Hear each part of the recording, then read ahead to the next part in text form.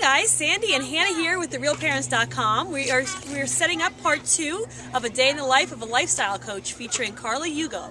Stay tuned. Here we are at Carla's beautiful home. We're going to go in there and get a little information about a day in the life of being a life coach. So there's a lot of talk about therapy as opposed to coaching and differences and who would benefit more from one or the other. Do you have a take on that or anything you can enlighten us on? Absolutely, and I've been a therapy patient. We've been through marriage counseling and individual therapy myself, so I'm very familiar with it and I'm supportive of it for what it is. But the big difference is, as a life coach, I start with you where you are today.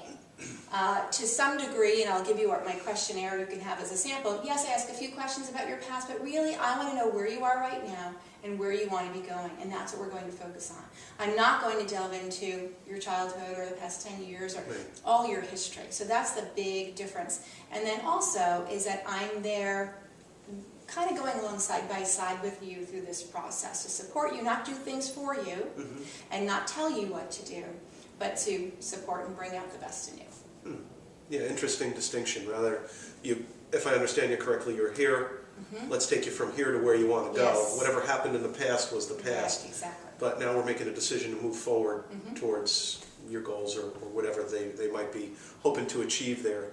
So through this Day in the Life program that we have here, people are interested in a lot of different areas of these different occupations, and one of them certainly is, hey, if I'm going to be doing something for a period of time, what type of income or what type of benefits could I hope to achieve through this type of occupation? So maybe a little background on what your fees are and what the potentials are for folks that may be considering this type of occupation. Sure, and there's a lot of ways to charge to come up with your fee program. I happen to run my business on a part-time basis, and then I'm integrating it with raising my family and taking care of the home and being a wife and all those other wonderful things that I love about my life. So my work is just one aspect. As far as so then you can earn as much if you extrapolate out depending how many hours you want to work. I charge $300 a month for my coaching program on a month-to-month basis. So that it includes 3 45-minute coaching calls, unlimited interim emails, and on-the-spot coaching if necessary. If somebody needs to call me in an instant and they can reach me, then that's included as well.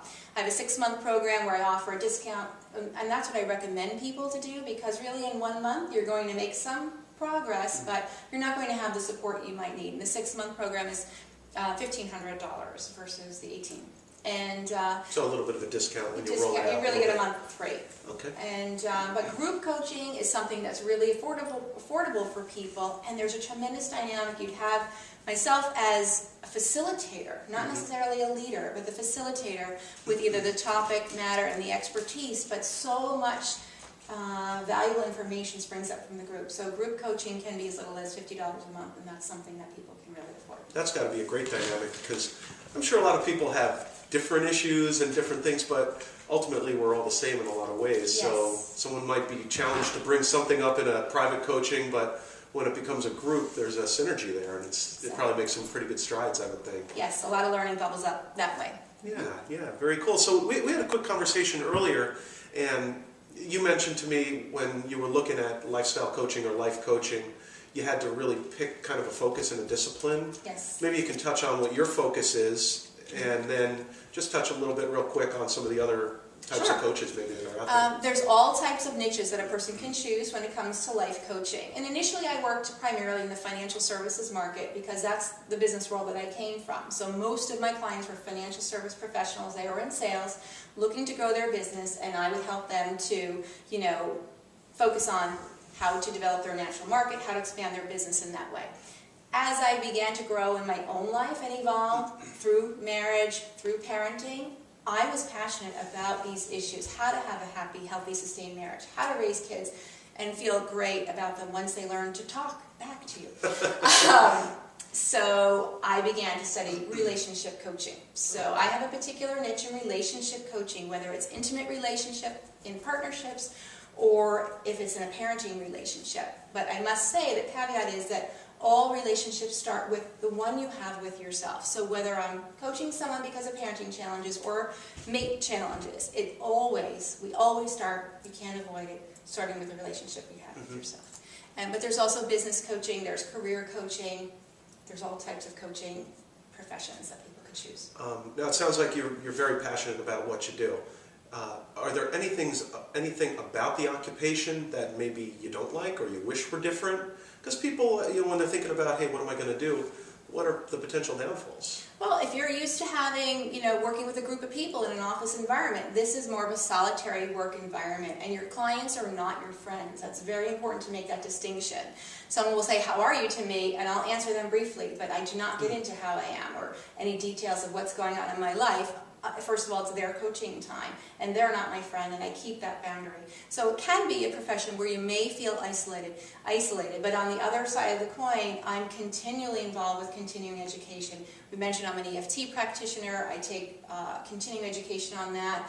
I'm on the Screen-Free Parenting Leaders Conference calls, so I'm often associating with other people in the peripherals of my profession or coaches as well, through ongoing So it's a support. It's a support in and of itself. Mm-hmm. Okay. Well, it sounds pretty cool. So, I'm sure there's a lot more about this type of occupation for folks. Mm-hmm. Is there a way that people could contact you? What would be the best way if they were interested in talking to you about potentially coaching themselves or being a client?